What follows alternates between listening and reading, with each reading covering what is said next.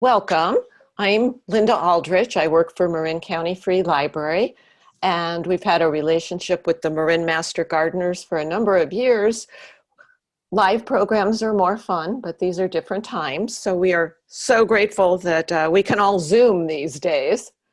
So today we have Joan Irwin to talk to us about worm composting. Joan's been a master gardener since 2003. She speaks frequently and eloquently on composting, organic gardening, and community gardens. She learned to love gardening from her grandmother in Michigan and has gardened here in the Bay Area for 40 years. And I know that Joan is, well, I'll call you the queen of composting, but you make it sound easy and fun. So I think that's a wonderful skill. So thank you very much. And we are recording this, but it gets edited and only Joan's image will be shown. Thank you, Linda, and thank everybody else for joining us. Today we are going to talk about worm composting. And I would like to just, Linda's going to do my slides for me. So Linda, could you show us the slide with the agenda? Oops. Oh, first let's talk a little bit about what Master Gardeners are.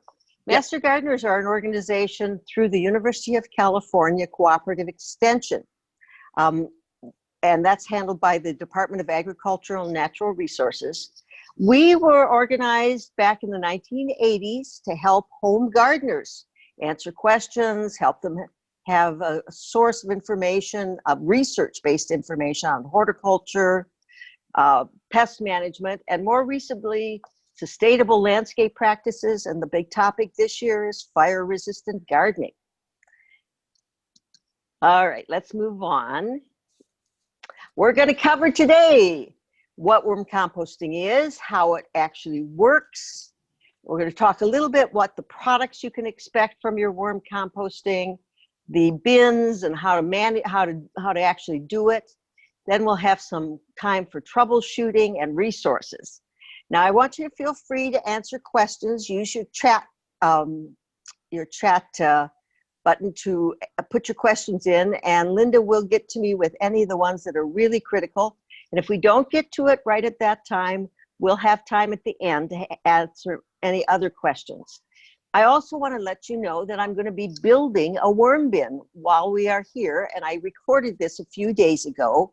So about halfway through, we will be showing a short video of how to actually build a worm bin from recycled material. Okay, let's get started about what worm composting actually is. So Linda, we can move on to the next slide. Okay. All composting is actually recycling the nutrients that are contained in food and garden scraps. For example, if you have a banana, which you would eat, and one of the reasons you would eat it is because it's got an important nutrient called potassium. You probably all know bananas are rich in potassium. That's a nutrient that plants also need. Unlike us, who have a mouth that we can stick a banana in, however, plants don't have that. They have to get their nutrients primarily through the soil. And the way that happens is the microorganisms turn various scraps, garden scraps, leaves from trees, and in our case, it's going to be food scraps also, into their basic nutrients that are in a form that the roots can take them up. So we compost them into this form and then add it to the soil, which then is used to grow delicious food, goes back into us and out, and then again we have more scraps. So it's great recycling of the nutrients itself. Let's move on then, Linda, to the next slide. It is really the critters in the microorganisms that are all around us, on everything, in the soil, and definitely in compost, that do the work for us. So they are the ones that are actually doing 90 to 95% of the work. And by those critters, microorganisms, I mean bacteria, mold and fungi, another one called Actomycetes, a little bit like a bacteria, We have earthworms, slugs, millipedes, ants, mites, all kinds of critters. As I say, I like to say, it takes a village in that compost in order to break down the various organic material and turn it into compost. And these are the products that you were actually going to get coming out of our composting. Worm castings. Now, the worm, that's all right. That's fine, Linda. That's fine. Let's go back.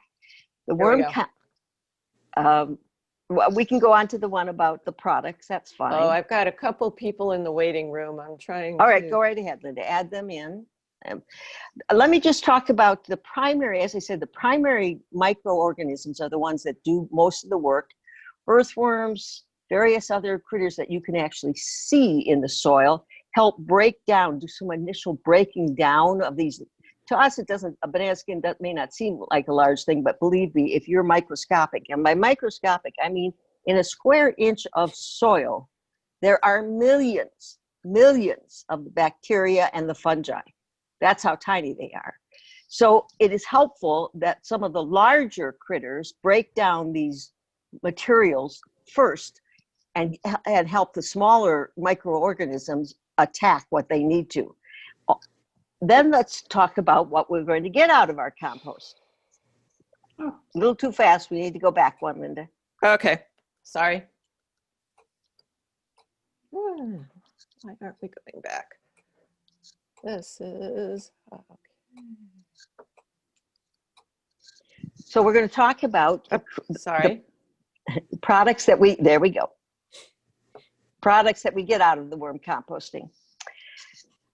First of all, we're going to get worm castings. Now, the worms are in there. They do help break down some of the larger materials. The microorganisms consume them, and they put out, they only do a few things in there. They eat, they poop, and they reproduce. What they put out, the worms then will consume, and also, so it's sort of a multi-level process. And then the worms eat, reproduce, and poop. And what they poop out is called worm castings. That is a highly nutrient-rich product that is very, very helpful when you put it on the soil, because it's got nutrients that then are in the form that the plant roots can use. And that's why it's so important that we go through this multiple stage process to get to these worm compostings. Now, what do you do with these worm compostings? One of the main things you want to do is add it to potted plants or to any plants in your garden, especially if you have some new plantings that you're putting in. A person yesterday I was talking to told me that what she does, I just lay mine on top of the soil, but one of the things she does is she likes to dig a hole for her new plants, and she puts it in the bottom of the hole, which is fine. It certainly is better than using any kind of synthetic fertilizer, which is made from petroleum products. Someone a few minutes ago asked me about whether or not some of these products are harsh, and they aren't, because even though they contain not only major nutrients that plants need, such as nitrogen, potassium, and phosphorus, and what I was saying earlier is that when you get a bag of soil, for example, or soil amendments, it'll have on it some numbers, 10, 10, 10, or 12, 12, 12. What that is the percentage of nitrogen, potassium, and phosphorus that is in that bag. And those are major nutrients that plants need. Plants also need minor nutrients, and I'm talking about things like calcium and magnesium. If you ever, I don't know how many of you, but I take a multivitamin tablet occasionally. If you know a multivitamin, if you take the bottle, they come in and turn it over, you'll see a list of a whole lot of nutrients. And all of those nutrients are ones that we need as human beings, and your plants need those. Now, many of those are very difficult to get for plants. They are in the soil, but again, they are in compost, as opposed to synthetic fertilizers, which typically do not have all of these micronutrients in them. So So that's one of the great things about using compost on your plants. Another major product is a liquid that comes out of worm composting. And we are going to be talking about draining that off. Now that product, that liquid is called leachate. Someone earlier asked me, is that actually compost tea? Technically, it is not.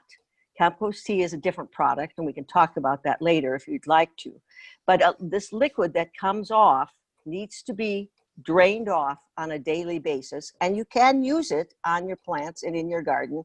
I use it all the time, either as directly as it is, or you can be diluted and spread around even more.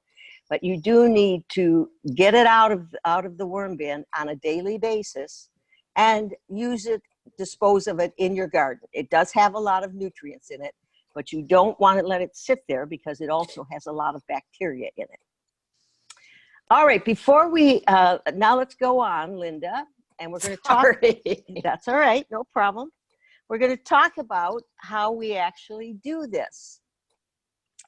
We're going to talk about the bins. Can we get to the bin slide? Oops, wrong way. Okay, Nancy is asking a question. Nancy, I didn't quite get the whole question. Do worm casings replace conventional fertilizer, or are they in addition to other fertilizer and compost?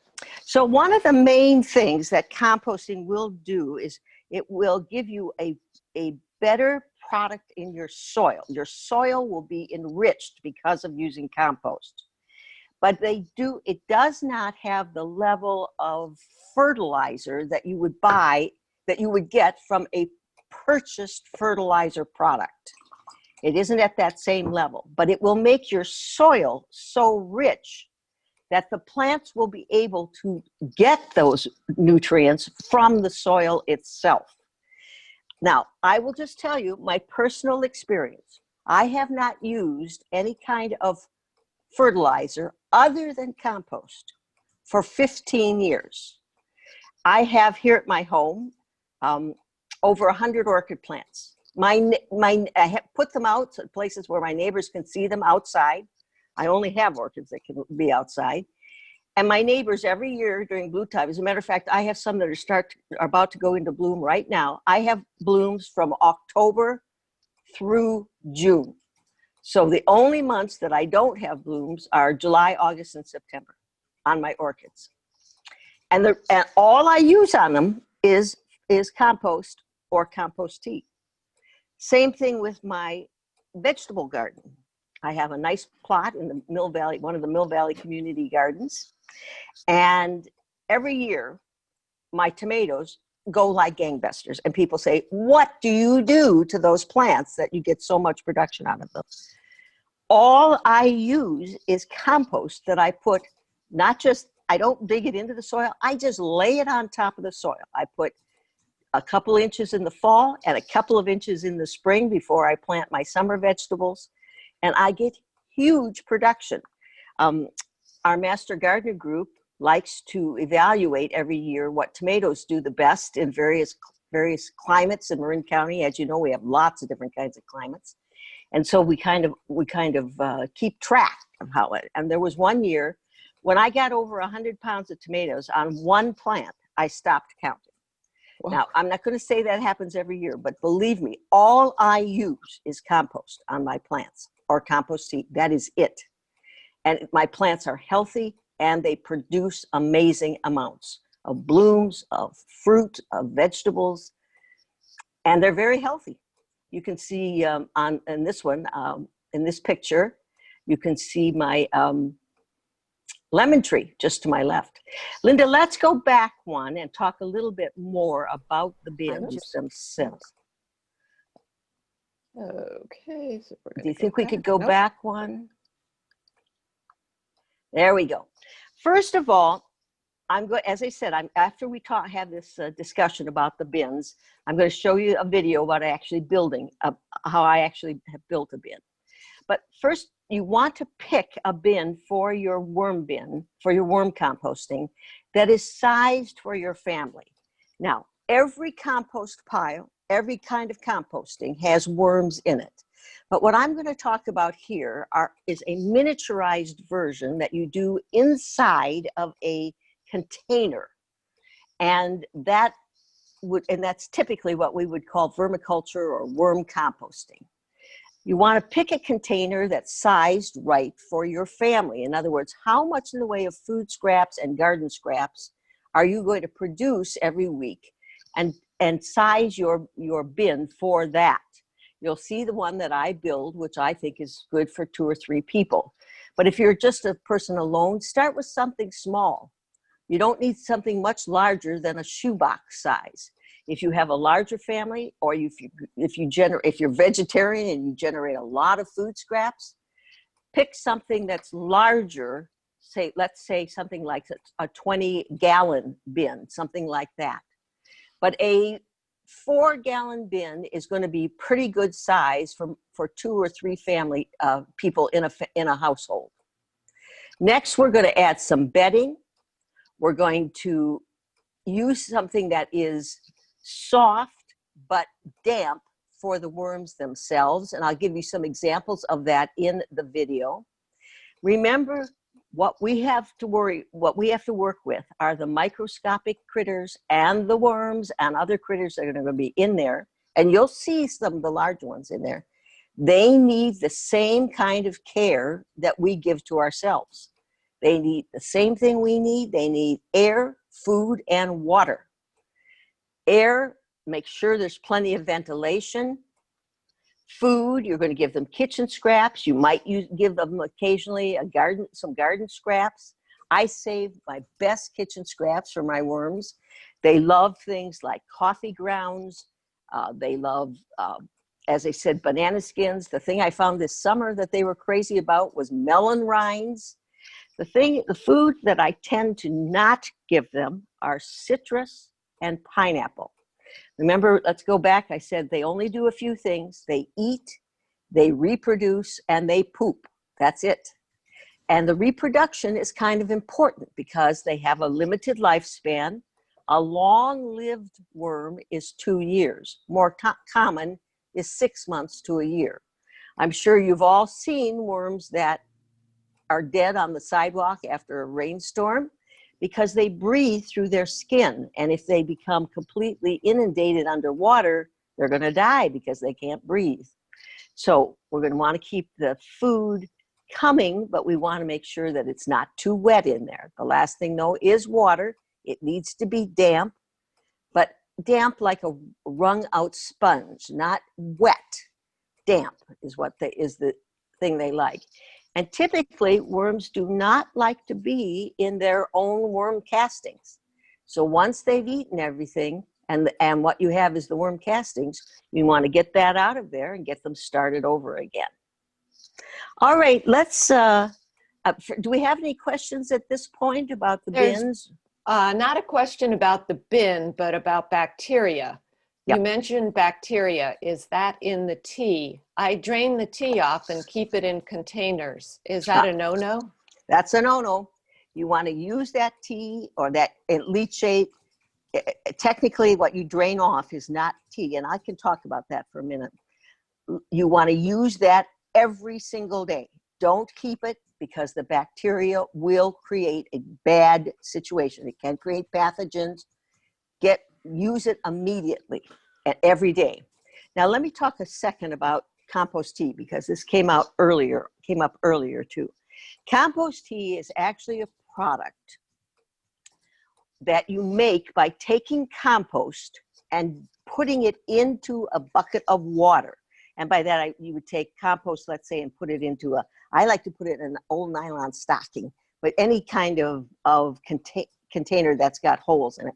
You immerse it into a bucket of water and you let it sit like that with a source of oxygen. And when I make my compost tea, I have a little bubbler that I got at an aquarium store. And, it's the same kind of bubbler. And so it keeps it going. I do that for 24 hours. That's compost tea. I've made compost tea. I take out the compost that I used in there. I dump that in my garden. It's still got some goodness to it, so it still works. And now I have compost tea. And again, I use that right away. I don't hold on to it for days or weeks or anything like that. And I use mine mostly on my potted plants. My orchids are the ones who benefit from that compost tea. But that's the difference between compost tea and leachate, is the way that the leachate is just a liquid that comes off of any compost pile, or in this case, a worm bin. And remember, we want to get that liquid off there because the worms will drown if there's too much liquid left in there.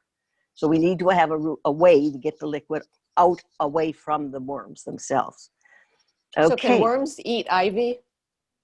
Worms will, remember, most of the work is being done by those microorganisms. The bacteria, the fungi, they will eat anything, any organic matter. They will eat anything. But you want to be a little bit careful about what you would put into your worm bin. I recommend not a plant like ivy, which you may not want to see repeated whenever in the rest of your garden. I would recommend that you keep ivy by using like your green bin that you send off to the commercial composting when they come and collect it once a week. That's where I would put ivy, or any terribly weedy product, or weeds, anything that's seedy, weedy, seedy. Put all of that in the green bin. Also, I recommend do not use meat or dairy in your worm bin. And the reason for that is someone brought up that there can be problems with attracting critters. And anything like that, meat and dairy, will definitely attract critters. So I recommend, again, put that into your green bin. Let the commercial composters take care of that. Does that answer that question? I hope. I think so. Okay. All righty. I think that we might be ready to move on to this short 5-minute film about actually making a compost bin. I mean, a worm composting bin. Now, what I'd like to tell you is I'm making this out of recycled materials. You can certainly go and purchase one that's a pre-made one. You can find them on the internet. You can find them in a number of nurseries. Large nurseries might have them. But I like to recycle all kinds of materials. So here I'm showing you an example of me making one out of recycled materials. This takes about 5 minutes, and we won't be able to answer questions during this, but we'll take them afterward. Okay, I'm Linda, Joan Irwin, a Marin Master Gardener, and today we're going to be talking about how to build a worm composting bin for your home. First, I'm going to talk about a little bit about the materials that we'll need. You're going to need 3 bins, sized appropriately for the amount of scraps you're going to be using. These bins are good for 2 or 3 people in your household. Now we're going to put together our bins. You're going to make holes in the bottom of 2 of the bins. And you're going to do that with your drill and your 1/4 inch bit. So drill the holes about 1 inch apart all the way through the one bin and the second bin. Now, in addition to that, you're going to want to make some holes in the side of the bin so that air can get in and the worms can breathe. That's it as far as what you have to do in the way of construction. Now we're going to assemble the bins. Take the bin that has no holes. The reason we do that is because that's going to collect liquid. We're going to insert one of the bins that has holes. Into this, we're going to put our bedding, our food, and our worms. The bedding, remember, can either be shredded paper, dampened, leaves, dampened, or core, or any other product that is an edible product. Let's use some dampened leaves. Remember, an important part of this is that the worms will eat whatever this bedding is, so make sure it's edible, a natural product.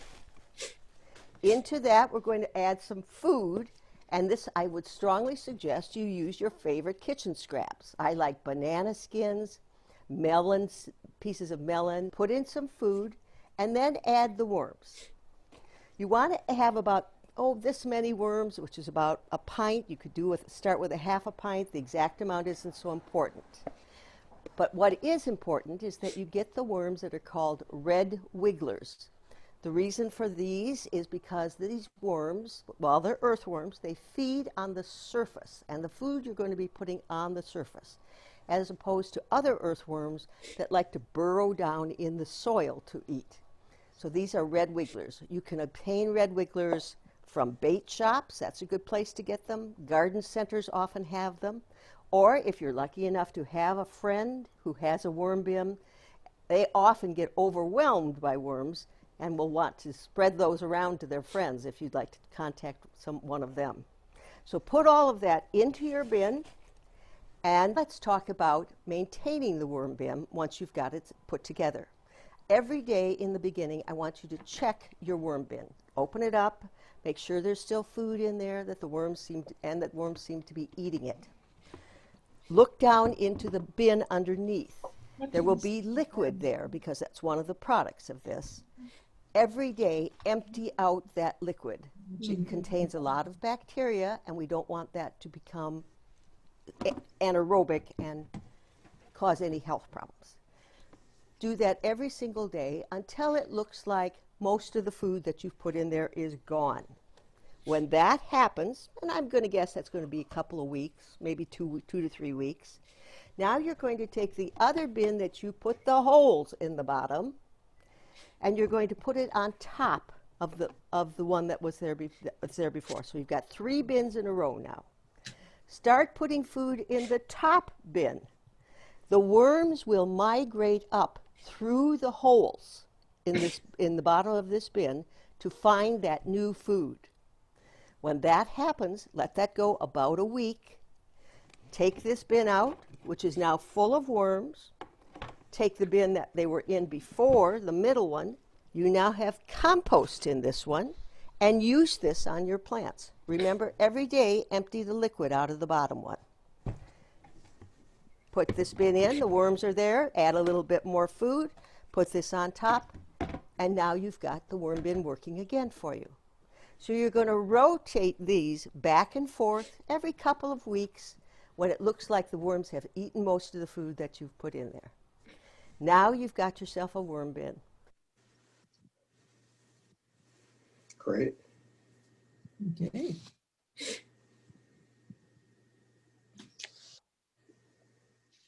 Okay, Linda, I think we can come back. Okay. Do you want the next slide? There were some questions. Yes, Yes. please put the next slide. And this next slide will give you a list of the materials that I talked about you needing. The 3 bins with the lids. I find lids very helpful, but they do break pretty easily. So try to get a lid with each one of your bins. You may not need 3 lids all the time, but it's helpful to have them. And again, I used recycled materials. You can purchase worm bins already made. You can purchase plastic bins. Why do I suggest plastic? There are other materials you can use. Some people like wood, that sort of thing. But I find plastic bins are very easy to clean, and it's easy to work with them. Also, I think a handle can be helpful. And they might break off eventually also, but in the meantime, you've got something you can work with. You need a drill that you're going to drill holes with in the bottoms of 2 of the 3 bins and in the sides to let air in. The bedding that I talked about, I mentioned dampened leaves, dampened paper. I use the paper out of my paper shredder. The worms love the paper out of the paper shredder because it's got all those edges on it that they can work on. Just remember, before you put it in the first time, dampen it. The worms are, otherwise it will suck the moisture right out of the worms, and then you've killed the worms. Now, we've mentioned several times things that can kill the worms. Do not worry about it. If the worms die or they disappear, dump out what you've got in your worm bin and start over. You've learned something. Don't feel like you've been a failure. We've all made mistakes making up our worm bins. Just dump it out and start over again. Another product that works very well for bedding is a product called Core. That is made from coconut husks. It's shredded up coconut husks. You know how the outside of coconut has got all this shreddy stuff? That's what core is. You can buy it in a block. It typically comes in about the size of a brick. Although it's not as heavy as a brick, and it's all this fibrous material. And a lot of pet stores have core because they use that same product as the bedding for lizards and that sort of things. If you keep amphibious pets, the worms, again, a good place to get them is bait shops. You want to look for worms that are going to feed on the surface. That's where you're going to be putting the food, and that's where you want the worms to be. And then the last thing is food scraps, nice garden scraps. Smaller the better. As I said, I save the best food scraps for my worm bin. And try to avoid citrus and pineapple. What it does is it slows down their reproduction. You want to keep them reproducing. They're the most active. Worms are the most active in the late spring through the summer. They will be active all year round. Let's talk a bit about keeping that worm bin from freezing. You don't want your worms to freeze. I keep mine I live in Mill Valley. I keep mine right outside my kitchen door. Some people who live in colder climates where you might be concerned about freezing, bring it in to the garage. I mentioned to someone, I have a friend who keeps hers under her kitchen sink. It's the easiest place for her to just throw her kitchen scraps in. But in the wintertime, it's a good idea to keep it in a shed or inside of a garage, someplace where you don't have to worry about it freezing. If it freezes, don't worry. Dump it out, start again. You've learned something. All right, any questions about the materials or the bins themselves? Yes. So it sounds like you do chop up your scraps a bit before. You know, I do that, especially if I have big things, like if I have a half of a melon or something like that. And a lot of it is just because it's easier for the handle to put into my worm bin. You see the size of my worm bin, and if you have a great big, a large one, you maybe don't have to worry that much about breaking it up. But I do usually cut up larger pieces of food, for example. Don't overlook coffee grinds. They love coffee grounds. If your worm bin smells, what's gone wrong? Okay, so I'd like to save that. We have coming up an opportunity to talk about some problems, and I'd like to talk about that in connection with that slide, if that's okay. Okay. What kind of plastic buckets did you use? I got these particular buckets from a deli in Corte Madera. I think they had potato salad or macaroni salad in them or something like that. But I have seen people use ones that they buy at like the big box stores, usually once or twice a year, have sales on plastic bins if you want to buy brand new ones. But I think recycling. Let me tell you another one. I have a friend who had used plastic containers that cat litter came in. She lives alone, and she used 3 of those. It's important to have 3 that are the same size so that they nest together with 2 or 3 inches of space between the bottom of one and the bottom of the one that's nested right above it. That's where the worms will be living, they'll be eating the food you put in there. And yet as that builds up, then they can reach the holes of the bin above when you put that 3rd bin in and move up through those holes. So you want 3 that are exactly the same size so they can nest together. Do they have to be red wiggler worms or? There are a few other worms that eat on the surface, but red wigglers are by far the most easily available. Now, is there something called a composting worm? Someone else. Yeah, that works. That works. If they call it that, that probably means it's feeding on the top. You can go on the internet and you'll see a list of 2 or 3 other kinds that are available. Red wigglers are readily available, though. As I said, bait shops and many large nurseries now carry them.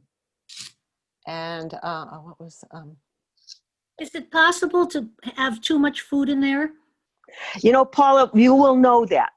You'll know, and this gets to the question about what happens if you have a smell. If there's so much food in there that the worms are not eating it fast enough, that is the most common cause of smells in your bin. And because the food is staying in there too long. So that's the most common cause. There are a few other things that can cause it, but that's the most common cause. In other words, you want the worms to be eating up the food you put in there every 2 or 3 days. So make sure that you are able to check every 2 or 3 days, and you want to be able to look in there, and that most of the food you put in there 2 or 3 days ago is gone. Jim has a question. Hi, yeah, I have an infestation of black soldier fly, which they have the larvae in there, and Right. Could you? I mean, is it something positive? I know they're part of the process of breaking things down, but are they inhibiting the worms? Are they something I should try to get rid of, and if so, how? It's not a problem, Jim. You'll find all kinds of critters, both microscopic and ones that you can actually see in the bins. If it bothers you, and here's the reason it might bother you. You take off the lid and all these flies come flying out at you. Right. Again, what that means is that their worms are not eating the food fast enough. So you could cut back on the food a little bit. But it happens to be, especially certain times of the year. It seems like in the summer, flies are more active and you're likely to find them in there. But they're doing no harm. They are actually playing a role in that breaking down of those organic products that you've put in there. So they don't do any harm. Great, thank you. They have an intimidating look. They look like maybe a They black do. wasp. So at first sight, I was a little shocked, but thank you. Yeah, if it bothers you, as I said, dump your bin out and start over again. Great, thank you. Mm-hmm. And just a technical question, how many holes do you drill in the bottom? So it depends how the size of the surface you've got. My bin is about 11-inch square, and I would say I have about 12 to 15 holes in the bottom. About an inch apart is what you want. Okay, Rita has a question, it looks like. Hi, I've had a worm bin for many, many years in my garage, and it's Great. fine. It's never smelled and all that. But I obviously have not been doing it correctly, because I think I'm doing a favor, and I'm saving jars of this worm tea and giving it to friends and saying, this is not regular tea, okay? But but the thing is that I just didn't know. And it sounds like you not only use the tea quickly, you use, I call it the poop, you know, the worm casting. use the castings, and I let it sit there because I have these trays, and I let it all sit to the bottom. When the bottom gets big, then I put it in the garden. So do you use the composting stuff also daily or often? You have more flexibility with the worm castings. The liquid, for sure, I would like you to use that every day. If you're going to give it to a friend, get it over there and have them use it every day. You know, and I'm sure they appreciate it, because I'm sure you're doing great things for them. Rita, where do you live? In San Rafael. Okay, so you see, it gets pretty hot there in the summer, especially this summer. We've had a lot of hot weather. And it really will build up a lot of bacteria. Remember, you've got bacteria are one of the main things that are working in this worm composting bin. So I would say don't leave it in there for weeks. Get it out as fast as you can and use it as fast as you can. But I think with the worm castings themselves, you've got more time to work with. You've certainly got a few weeks to work with those. And one more thing. When I put food in my kitchen scraps in, I used to I put strips of wet newspaper, you know, like newspaper, or I save my egg cartons, and I sort of dampen them and put them on top, and they seem to eat them. Oh yes, they will eat any product that came from a plant, which of course paper comes from trees. So yeah, they definitely will. And I'll tell you, when I've talked about coffee grounds, I put the filters in with the coffee grounds. Me too. Yeah, I do too also. Thank you. Yeah. And your worms, Rita, you've had good luck with your worms, have you? had really good luck. And I bought from Harmony and Okay, Sebastopol, Harmony up in Sebastopol. Yeah, they're a good source. and they have a little spigot on the bottom and it drains. They have a bucket, but I'll use it quickly. Thank you. I'll try to use it a little more often, and it's great that you share it with your friends and neighbors. One more technical question. How Sure. do you rotate your bins if you keep putting scraps in the bin? So what I do is I put I've got the two bins working, the bottom one with no holes, the middle one that has holes, and food and worms. Then what I do is when I feel they have eaten all the food and I've got plenty of worm castings, and just like Rita was saying, I want to harvest those worm castings. Uh-huh. So every couple of weeks, then I put my third bin on top. I start putting the food in that third bin. The worms come up through the holes to get that food. Now, then when that happens, it takes a few days, maybe a week. I take the third bin off, I set it aside, I take the middle bin out, it's full of worm castings. I take the third bin, and now that becomes the second bin. So, and that whole thing takes, I don't know, takes me 5 minutes to do that, something like that. Mhm. And I have no trouble, I don't lose worms, I don't lose compost or anything. So I take the middle one out, take the third one that now has the worms and food in it, put that on, put the lid on.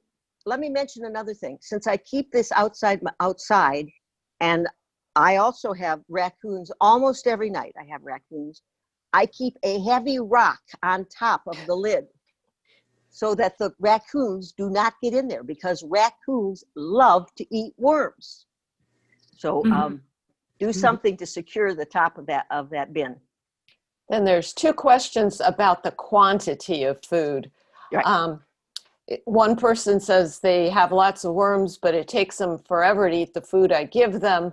And the other one is, how much should I put in there at a time? So I would say try to, again, depending on the size of your bin, but for the one that you saw me working with, I put in a couple of cups, maybe 2.5 to 3 cups, when I do it. And earlier someone asked me, my worms are leaving. If you're not putting food in every 2 or 3 days, you're not putting in enough food.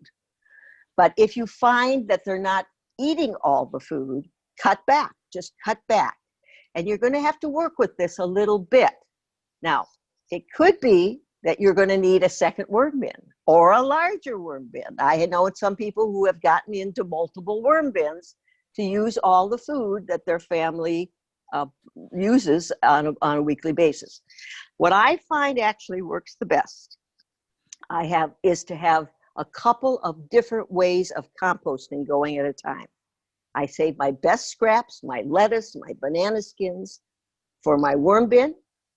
I use the rest of my kitchen scraps and most of my garden scraps go into a tumbler that I use for the larger garden. And then I have, and I hope you all have access to a green bin through your waste management pickup people. And that's where things like that I don't want to put in either of my bins, like my dairy, my meat.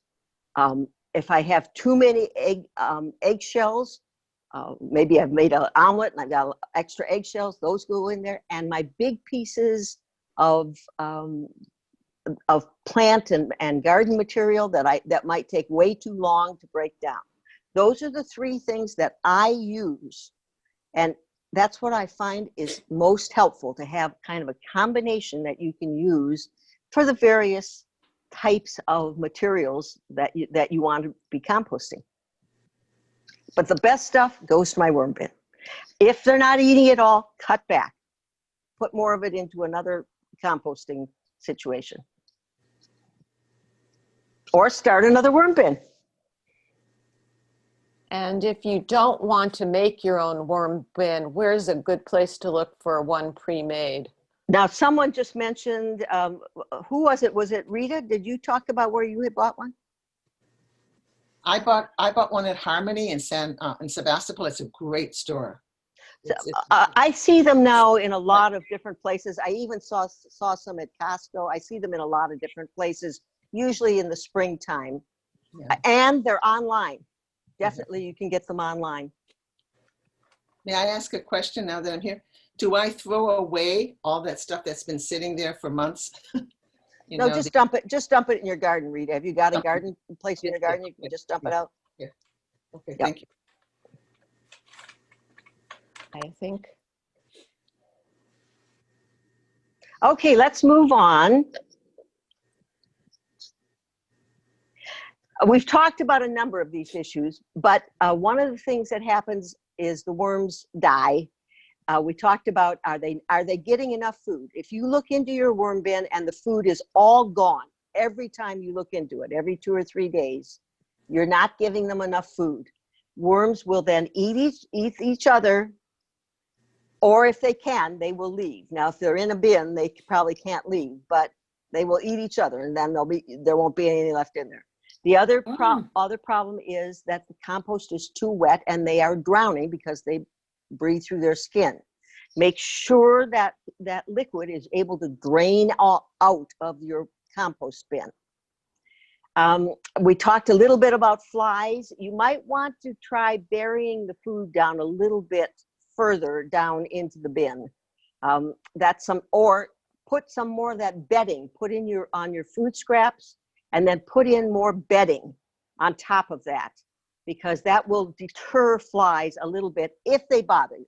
They are perfectly natural and perfectly normal in a worm bin, and they have a purpose. They're doing some good in there. But if you don't like the fact that you open your bin and they fly up, and it usually just happens in the summer months. What do you do if you're going to be gone for a period of time?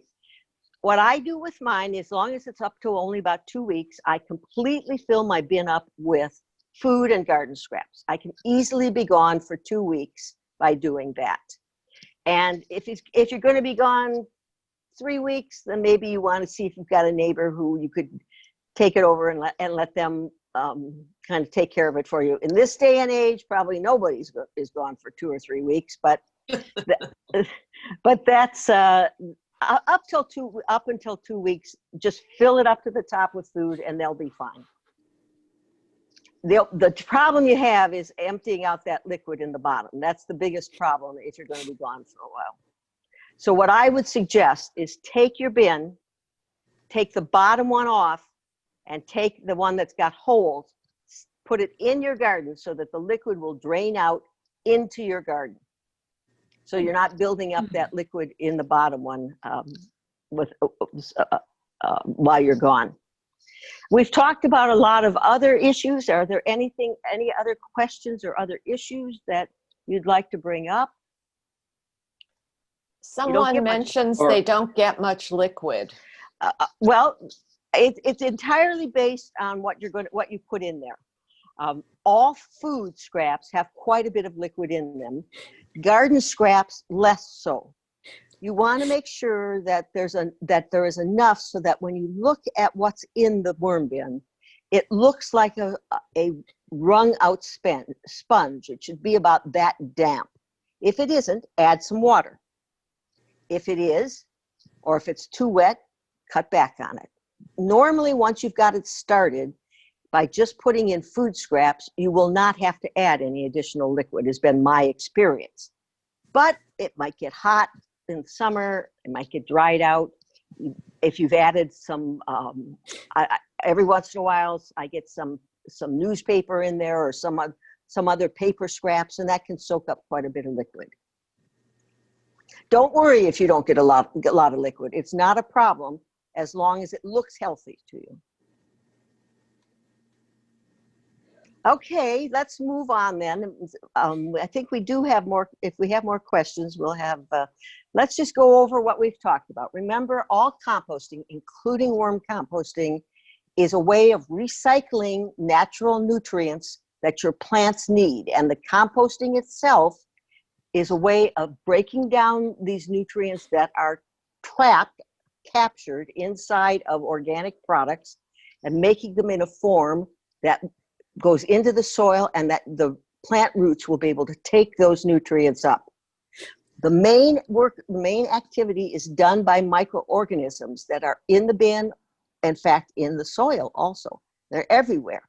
But on top of that, you have organisms that you can see: worms, We talked about flies, soldier flies, various other critters that you'll see in your bin. Worm composting is generally a miniaturized version of a big composting operation. And as a result, it's a little bit more, because it's compact, it's a little easier for people who live in urban settings, in apartments. I live in a condominium, so it's a little bit easier for me. But keep it simple. If you can recycle materials in making your bin, fine. If you can't, and you feel like purchasing, that's fine too. But make sure you keep it simple. And if for some reason you have a problem and it doesn't work, just dump it out and start over again. You will get it. It is, most of the work is being done by these critters. So as long as you keep them happy, it will work for you. Okay, we can move on to the next slide. Any other questions that we haven't talked about? Here you have some pretty pictures of red wigglers. They are kind of reddish in color. That's how they get the name. By the way, these are the worms that are mostly used for fishing. That's the way why I suggested bait shops. Any other questions that we have? From Peggy, thanks, Joan. I actually failed with my worm bin because I couldn't find a suitable place to keep them in the summer. My garage gets super hot. Remember I said worms, if they can leave, they do not survive past about 128 degrees. So that's pretty hot, Peggy. So if your garage gets pretty hot, there's probably other stuff going wrong there too. But they are much happier if they are in the range of about 65 to 75, 80 degrees. That's when the worms are the happiest. Oh, can you put red wigglers in a larger outdoor compost where we bury most of our compost, or I guess scraps? Absolutely. Of course you can. Remember, most of the work is being done by the microorganisms that you can't see. The worms and some of these other critters eat the microorganisms, and then what they put out in the way of poo, which is worm casting, is what is our nutrient-rich compost. All right, let me just give you a few references. If you have more questions, you would like more information, Linda can, if you will move on to our last slide. This is kind of a fun book called Worms Eat My Garbage by Mary Applehoff. The Rodale Guide to Composting is a little more technical, but if you want to get into more technicals, they have great information. And then this one is fun. Growing Gardens from Garbage is put out by our local Marin County Stormwater Protection Agency. And you can get that on their website online. Thank you very much for giving me this chance to talk to you about worm composting. If you're doing it and you're successful, great on you. If you've had problems, try again. And if this is your first chance, I hope you have good luck with it. But don't worry if you need to do it over once or twice. Do-overs are great in composting. Thank you very much, Joan. Thank you, Ron, and thank you, Linda. Thank you all for attending. Sorry for I was having mouse problems, so there was some glitches in there, but I apologize. Thank you, Joan. Thank you. Thank you, Joan. Thank you all. Thank you very much. Thanks, both of you. Thanks, Joan. Good to see you. Nice to see you, Paula.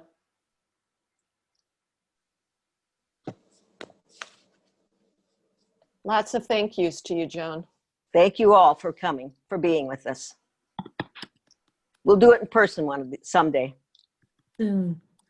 We do have information about our Master Gardener organization. Linda, if you want to put up that last slide, if anybody is interested in contacting us, you can do it through our website.